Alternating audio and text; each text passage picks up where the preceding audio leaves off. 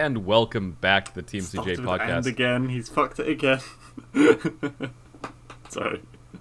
How dare you interrupt my introduction? We are on segment 2, despite this jackass, which is our media segment. And as we have done many times in the past, we forgot to do a movie night. Well, didn't so much forget to do a movie night this week. Instead, I was just working a lot and long hours, and Working so 9 to 5. it was a lot longer than 9 to 5. Fuck that. Yeah, it was a very heavy work week. It always is at the end of the year. So we didn't do movie night, but there was a major media release this week. The long-anticipated video game Cyberpunk 2077. Which a lot of people have been very excited about, and I haven't. I've been looking forward to it because it's made by the same people that made the Witcher games.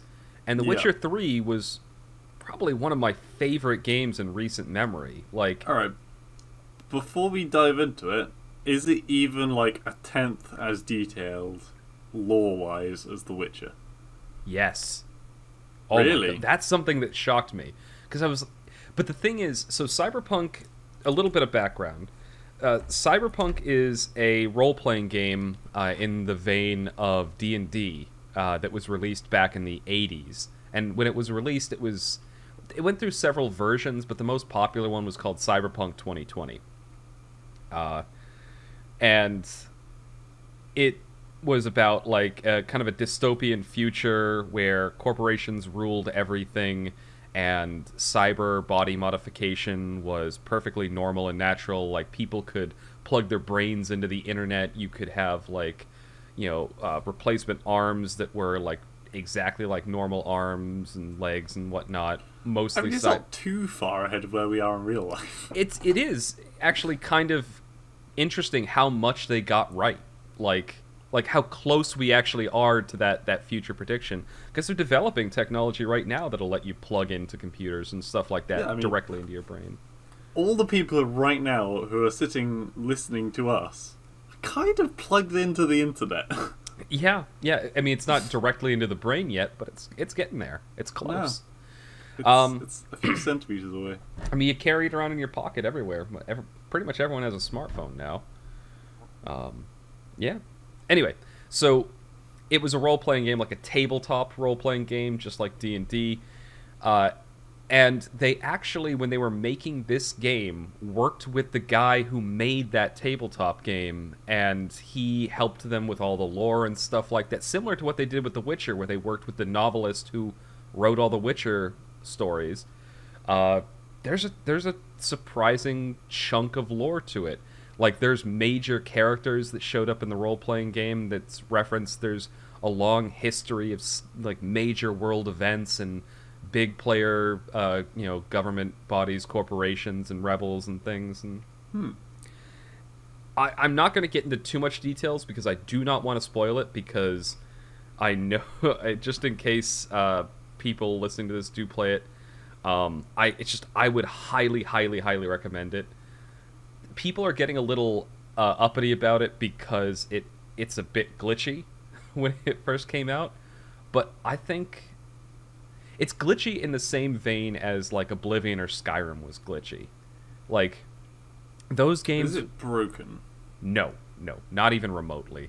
I haven't Okay. played the console version, on the PC at least. And to be fair, I don't have a top of the line cutting edge PC. Like, It's better than most people. It is better than most people's. So I did a rebuild where I replaced the CPU to something very good in 2018. 2019. Where I did like a new motherboard, new CPU. I've got quite a lot of RAM in it. The video card is the oldest part in it, and it was top of the line like 5 years ago. Now it's starting to show its age, but the game still runs pretty well. Like, I can't get, high FPS in the game, frames per second, for those not versed in the video game world. But it can run it on high settings, and it does it fairly well. The bugs are more endearing than they are game breaking. So, like for instance, I'll be driving along on a motorcycle, and if I stop next to a truck, then my character model will flash up standing perfectly stock upright like a mannequin naked. Like, Jesus. it's the weirdest thing. It looks like my game's possessed, and it only happens when I'm hitting the brakes next to a certain kind of car. It's such a weird glitch. That does sound pretty odd. There was one. I just want to know where you got all the sheep. What? You said you got a lot of RAM in your computer. Oh, fuck off. God damn it. That hurt me. You? That hurt me in the soul. I feel like I'm less of a person having heard that. Oh dear. But yeah, it's overall, apart from, like, I know you showed me a glitch with some trees clipping through textures. That actually, I was able to fix that by just doing a driver update on my video card. So that, I think that one was my fault. But even that wasn't too bad. Like, yeah, so essentially, my character was in a flying car, and the trees that were miles off were clipping through the side of the car. Yeah. And so I could... Wouldn't a flying car just be a helicopter? No, it doesn't have a rotor. So it's just like, it's like a hover car. Like So anti-gravity. No, because those don't hover. Well, some of them do. Okay, some military ones do. Are you really nitpicking me about what I call this car?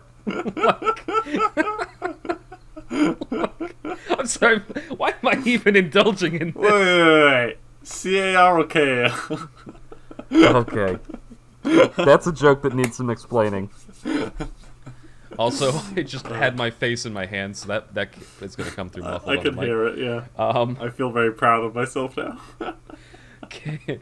So that's an old joke dating back to a game, PUBG. P-U-G-B? BG? Oh, yeah. Yeah, I don't know. How do you... PUBG, guys. It's not Pugba. I'm sorry, it's that Lysdexia kicking in. No, so it was a battle royale game, and there's a rifle in that game called the Car, spelled K-A-R, but you can also get vehicles spelled C-A-R. And so They're clarifying how you spell car. Yeah. Every single time somebody would go like, "Oh, I found a car," they'd be like K-A-R or C-A-R. And eventually, even when you knew what somebody was talking about, it just became like a running joke in the game. Like, yeah. Like you could see them climbing into the passenger seat of a sedan and like, "Oh, I found a car." And they're like, K-A-R or C-A-R. I hope Scott appreciates that one if he listens to this. Oh my god. We actually made that joke not too long ago on Apex Legends. Did you guys? Oh yeah, because now they added vehicles. Scott and Yi were in the call, and I made the joke. Yi was like, "Oh, I found a car," because they got like they have actual vehicles cars now in the game. Yeah.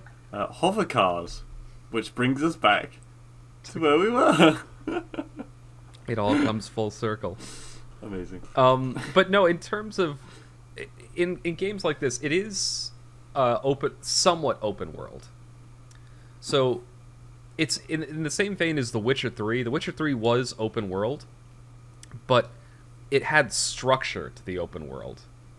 You could just ride off and do whatever the fuck you wanted, but the game kind of had a firm hand that guided you in the direction you really should be doing. So if you wanted to play The Witcher 3 as like kind of a more linear game, you could, or you could decide to say, fuck the main story, I'm riding off into the wilderness to hunt wolves. Cyberpunk, Sorry. just to finish the thought, Cyberpunk feels very similar.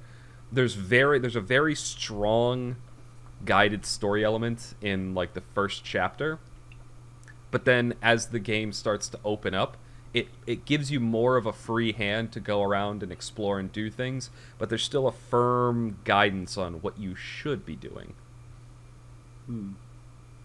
Whenever someone says, it's a game where you can follow the story plot, or you can go off and do whatever you want.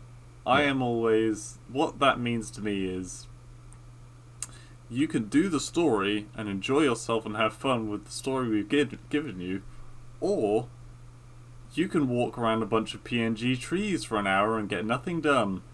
Because that's all it is. Like, Oblivion, I think, was one of the first big open world games that I played, and it was like, oh my god, it's just a massive freaking continent. I could do anything.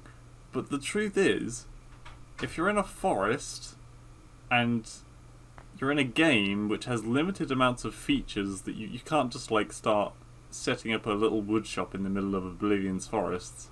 There's very little you can do. There's not even any animals, alright? Aside from like bears and shit that attack you. Yeah, exactly. I mean, there's a few, but they all try to kill you. When someone says, oh, it's open world, you can do anything you want. Nah, you can't do anything you want. You can walk if you don't want to do the story, and that's about as exciting as it gets. So yeah, I'm kind of along this. I'm kind of in the same categories that, or same mindset, I should say. Yeah, I think Scott might disagree, because I think he did enjoy that kind of just wander off and do your own thing for a while, and I have other friends who do that, like, similarly, but I'm very much like, you know, I bought this game so that I could actually have this structured experience. Can you please just... Yeah. I mean, you said it yourself, you bought a game. Yeah, exactly. I was going to say, Scott, bless his soul, he finds enjoyment in some of the stranger things. Like, I remember back when we were playing Elder Scrolls Online, and Scott was more thrilled by the prospect of climbing a tree than fighting his way through a dungeon. And this is not a tree that you could just climb. No. If you could just climb the tree, Scott wouldn't have been interested. It's only because you have to, like, jump on a rock and then parkour onto a branch and then onto another branch, which you probably couldn't even reach, but Scott was so fucking determined to reach it. Okay. I was with him when this happened. There's a video on my YouTube channel. That's why I'm saying this. I got a horse on that branch. You did. And that was more thrilling to him than the game. And so if you're of that mindset, brilliant. I think any open world game could be brilliant, because if you get outside, everyone loves getting outside the map. If you can outfox the game, it's exciting. Do feel good. And to be fair, back in the Halo 2 days, I used to spend hours with friends trying, whenever they'd release a new map, we'd try to get outside of it. Yeah, try and break it. Yeah. Or Scott always says, oh, maybe there's an Easter egg up there. I'm sure, or at least I really hope, he knows that there is no fucking Easter egg up there. It's a random tree in the billions of other trees that are on this fucking game. It sounds like you're telling a kid that Santa doesn't exist. I'm sorry, Scott. There's no Easter egg up there. They don't exist. Stop asking me for them. Oh my god. Oh dear. But yes, the fact that he can get enjoyment out of that is brilliant, and I think, but we kind of need him in this argument to be on the other side of the line of what we're arguing. But, we should get Scott. We kind of dropped the idea of bringing people on for a segment, because we record these. True. We record these so early in the morning U.S. time that no one is awake. Yeah, I mean, it used to be that it was like around lunchtime. No, just before lunchtime. That's true, yeah. We used to start them at 9. Yeah. And now we're starting them just whenever I wake up. Yeah, I mean, it's just kind of easier, I guess. Yeah. Also, with my sleep schedule, we never know when it's going to be, so... Oh, God. Okay, well, I think, I mean, I don't want to go too much further, or too much deeper into Cyberpunk, but they managed to do the vehicle stuff pretty well. There's a few glitches with the driving AI. One thing that annoys me in particular is that every time I park my car, people will just spawn in it. Oh So, yeah. like, not sitting in it. I walked out of a club that I had to go into to get a quest at one point, and I get over to the car, and there's like 8 people standing in my engine. In it. They're clipped through the car. And so the moment I got in the car, suddenly the car became solid and it killed all of them, and I got like Jesus. and I got like there was a negative effect from that. I was like, what the fuck is this? Wow. It was like they spawned in the car and they couldn't get out. It's more of a topic than a media thing, but games that do driving really well and games that do driving really badly. Okay. Do you have an initial one, or because I've got a few? All right. Well, I'm going to start off with 2 of them, just right off the bat. Games that do driving really well, Grand Theft Auto 5. Games that do driving really poorly, Grand Theft Auto 4. Okay, I never played Grand Theft Auto 4. I will agree to an extent with Grand Theft Auto 5. I think Grand Theft Auto 5... I remember it being good on the PS3, but when I was using mouse and keyboard on PC, I think I had a lot tougher a time with it. Oh, yeah. I played it with a controller every time I played it. Yeah. I would not recommend playing Grand Theft Auto with a mouse and keyboard. I found it to be a miserable experience when I tried. That being said, with Grand Theft Auto combat, you had to pretty much do with the mouse and keyboard, otherwise it was horrible. Yes, that was actually one of my better driving things. Probably the best driving experience I've had in a game, and I can't even remember the game itself very much. I just remember the driving. Was Batman? Was it Arkham City? It would have. I think it was the one after Arkham City. It would have been Arkham Knight. Arkham Knight. Yeah, I think that was it. Yeah, you get to use the Batmobile. That was a really freaking cool, and like it even the car chases in that were pretty damn awesome. Yeah, just a really solid driving mechanics in that game, which is surprising because I don't know, they haven't really made a good Batman since Arkham Asylum. I mean, I can't talk about good driving games without mentioning the one that I think started vehicle combat and like gaming, like first-person shooters in particular, or at least made it popular, and that's Halo 1. Right. Okay. Yeah, with the Warthog. Yeah, there was some quirks with it, and they did in subsequent Halo games. They refined the driving a bit to the point where now it's in current gen Halo games. It's kind of boring because it's too easy. But in Halo 1, it's very smooth in these. In like I've played Halo Reach, and I remember it just being really weird. I don't know. It was too bouncy. It was too like zero gravity. That is how the Halo Warthog is meant to handle. Oh, but okay. like in Halo 1, the Warthog was it was very, very floaty, and it felt like there was actual skill to being able to drive it well. Then there was things like the Scorpion tank where you could like Scorpion tank hovers, right? No, the Scorpion tank is it basically just looks like a tank. It's got 4 treads. That thing took some mental gymnastics to actually turn and move and fight properly in. Yeah. The hovering one was the Wraith, that's the tank, the Ghost, which was the little one-man car, and the Banshee, which was the flying one. Yeah. Yeah, the Ghosts on Halo I do really enjoy. That's just... it feels satisfying driving the Ghosts. Their hover mechanics was actually how you used to get outside the map in Halo 1. Right. For me, the worst driving has been... There's a bit of two. So one of them I wouldn't even call... It's not really driving, because technically it's flying. Battlefield Bad Company 2. Mm-hmm.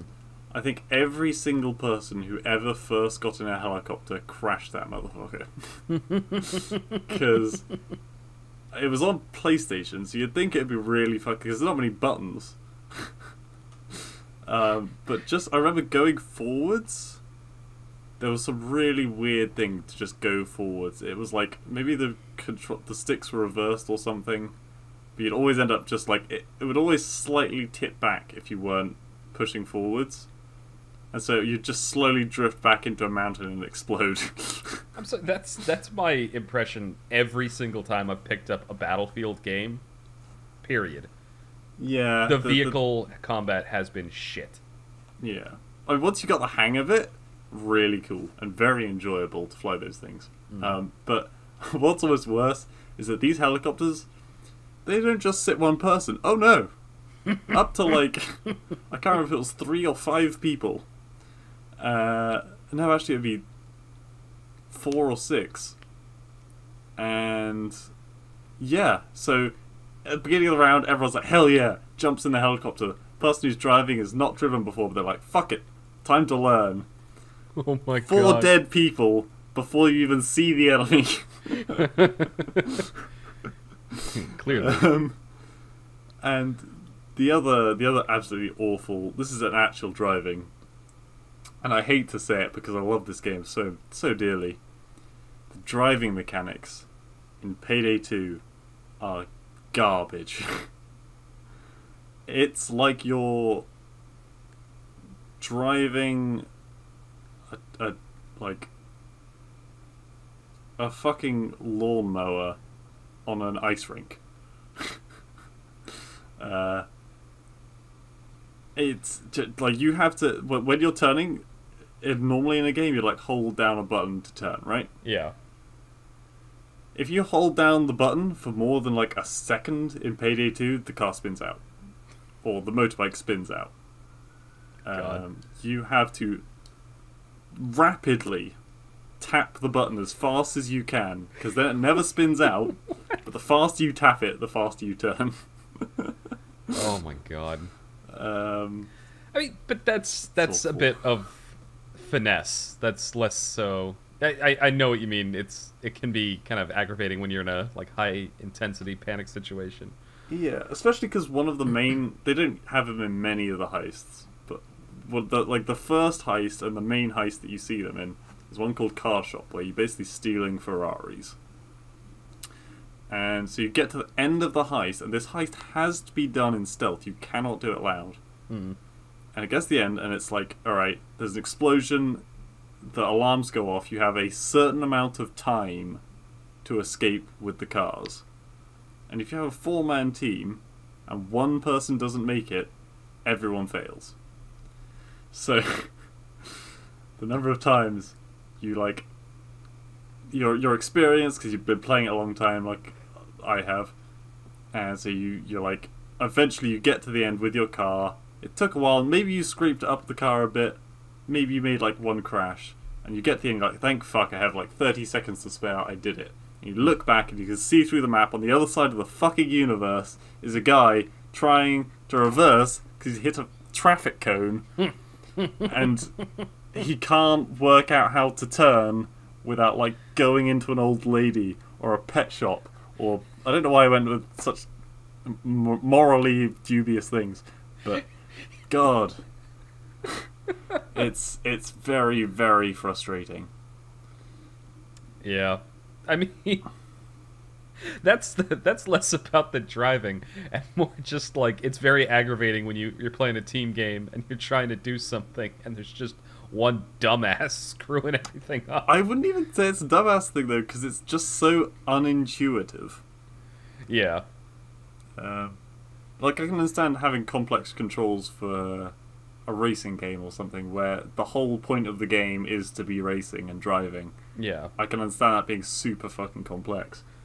But for a game where it's like in about 4 of the 70 odd heists, just turn down the horrible skid out mechanic a little bit, please. Oh, I mean, yeah, I can see that. You've got like one very, very aggravating thing, and so it makes people not want to play those levels. Yeah, I don't. That car shop level I just described, I never play it. It does not give me enough XP to pay for the amount of times I've screamed at the screen. There was not compensation for that. Oh my god. I mean, there's thinking. You were talking about how you have to kind of tap the stick to turn in that game. I just keep thinking back to the Halo 1 Warthog because there was a like an art to driving that thing. Yeah. Like if you kept the throttle on going over hills, like you could flip the thing end over end. If you took a turn too sharply and like a slightly not level area, you could flip the thing and set it spinning. And what would sometimes happen is your characters, when it spins over, it automatically gets you out of the car. So your characters would pop out of the car right in front of it as it rolled over you. Yeah, and that's one of the interesting things about the Halo driving mechanics, if I remember this correctly. There's no accelerate button, is there? It is literally all done with one analog stick. Yes. Yeah, so that's quite an odd thing. And the same with the reversing. You just hold back on the analog stick as opposed to just using the analog stick to turn. It's a bit of an art form, especially in Halo 1, but I loved it for that reason. Yeah, and it stuck around, so it must have been, like, people must have liked it. Oh yeah. Like, once you learned how to drive the Warthog, like, it was like just a badge of honor being able to, like, get... They're called, like, splatter kills when you run somebody over with a vehicle in the game. And just... I remember in Halo 2, there were games where I'd be playing and I feel like shooting this game. So I just drive the Warthog, which has no gun that you can fire as the driver, and just, like, drive around the map doing my best to, like, tail swipe people and kill them that way. Like, yeah, it is very satisfying and a lot of fun. I'm sure. I must have spent like hundreds of hours just driving the Warthog back in high school playing Halo 2.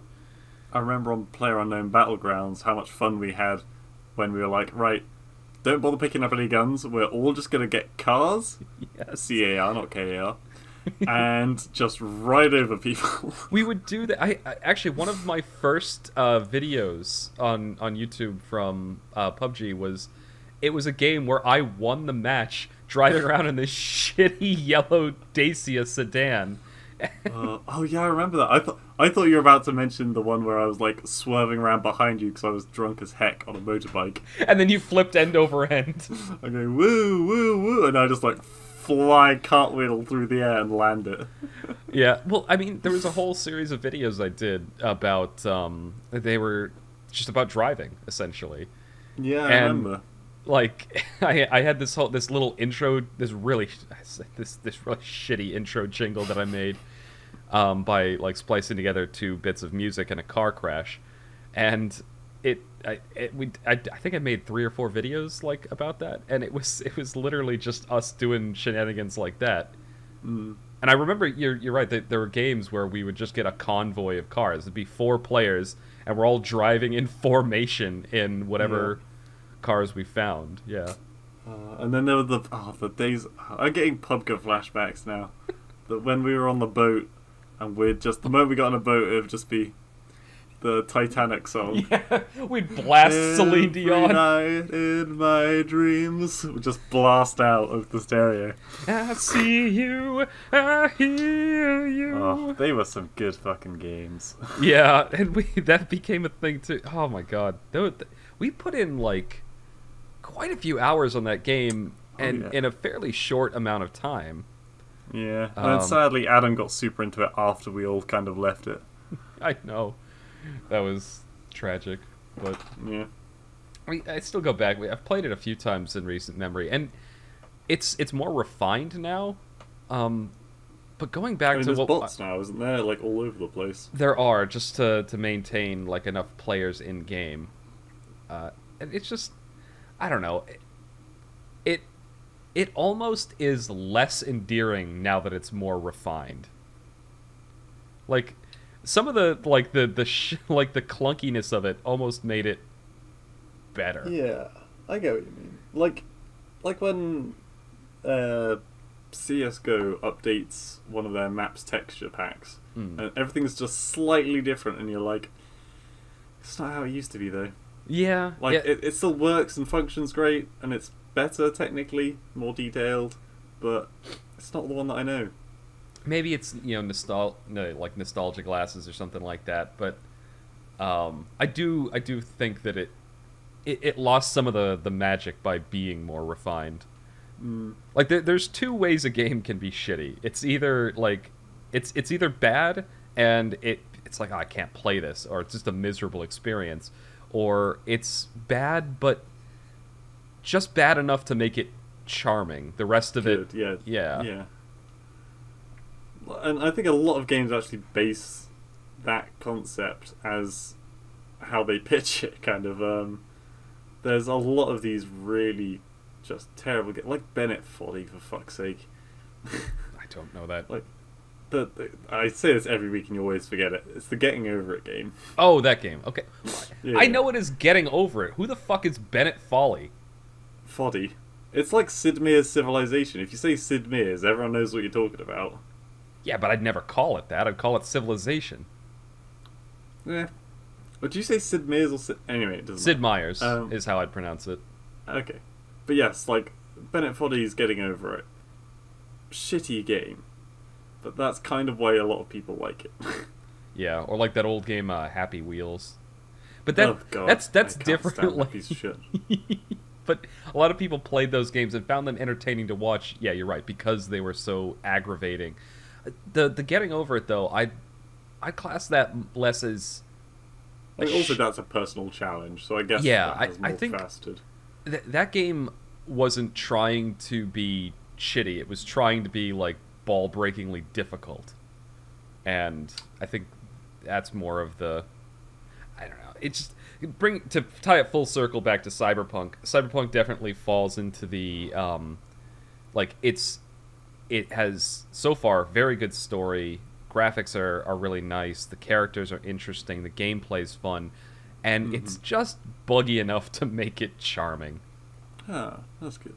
Is it challenging you? Well, I'm playing it on normal, so not really. No, I mean, there's been a long time since a AAA gay... I just said gay. You did. A AAA game actually challenged me because they're just pandering to the... you know, people want to instantly have that fix of, I did it. And I think it kind of gives me less of enjoyment if I don't work towards earning something. So... I'll address that real quick, kind of as a last point of this segment. It's not easy. I'm playing it on... There are 4 difficulties, easy, normal, hard, and something above hard. I'm playing it on normal just because I just want to enjoy the game and have fun with it. Yeah. If I do a second playthrough, I'll probably play it on hard, or maybe even the difficulty above that. But even on normal, like the combat, you can't just rush in and just guns blazing and do whatever. You actually do have to think tactically, depending on how you've made your character. If you put everything into strength, you can go in like just balls to the wall with a katana and slice people up. But you're not going to be able... Like, there's been one boss battle so far that I had to get into.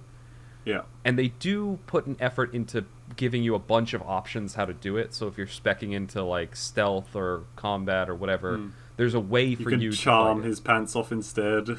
I don't think I couldn't do that with this guy, I don't think. I did fuck up a dialogue option talking to him early on, though. Sorry, the actual combat is challenging no matter what way you play it. I'm playing a more, like, gun-focused stealth kind of character. Okay. Like, I'm focused... surprised you went stealth. I typically do in, like, the Oblivion, Skyrim kind of games. I tend to go ranged stealth characters in those games. Right, okay. Usually... Like in Assassin's Creed where everyone wants to be stealthy, but it doesn't often end up that way. Yeah. I don't know. I think I do feel that it is actually a challenge. They're not pandering. They didn't make the game easy so it's accessible to everyone. They made the game challenging and engaging. Like, you actually have to put work into developing your character, thinking what things you're going to spec your points into to make your character like good at the particular thing you want them to be good at. And you have to make hard choices because they don't just, like, at least where I am in the game, they don't just throw experience in your face and go like, "Hey, level up! Hey, level up!" They They did make the game, at least again from my early impressions, they did make it fairly challenging and Right. engaging in that regard. One of the a game that this is making me think of, and it's quite an old game, which is surprising because older games tend to be a lot harder. I believe it was Prince of Persia: Sands of Time. Yeah. Is that the one where you can rewind? Yeah, so if you fall off a cliff or something, you just get rewound by the fairy, and then you didn't fall off the cliff, which does not count as dying. So I played this game many years ago, and I just kept playing it and kept playing it and kept playing it, and I got to like the second of 4 like main bosses. So I was literally halfway through the game, and I beat that second boss, and then I stepped in some black sludge, and I basically couldn't get out of it, and I died. And I hadn't realised that was actually the first time I had died in the whole game. And this game was just about old enough that it does not autosave. Oh, fuck. So it reset the whole game because I died there, because I stepped in some black sludge, and I was livid. But, to its credit, I did then play the game to completion, making sure to manually save. So it was a good game, but when a game doesn't challenge me, I was this close to just giving up on the whole thing because it felt like a massive waste of life.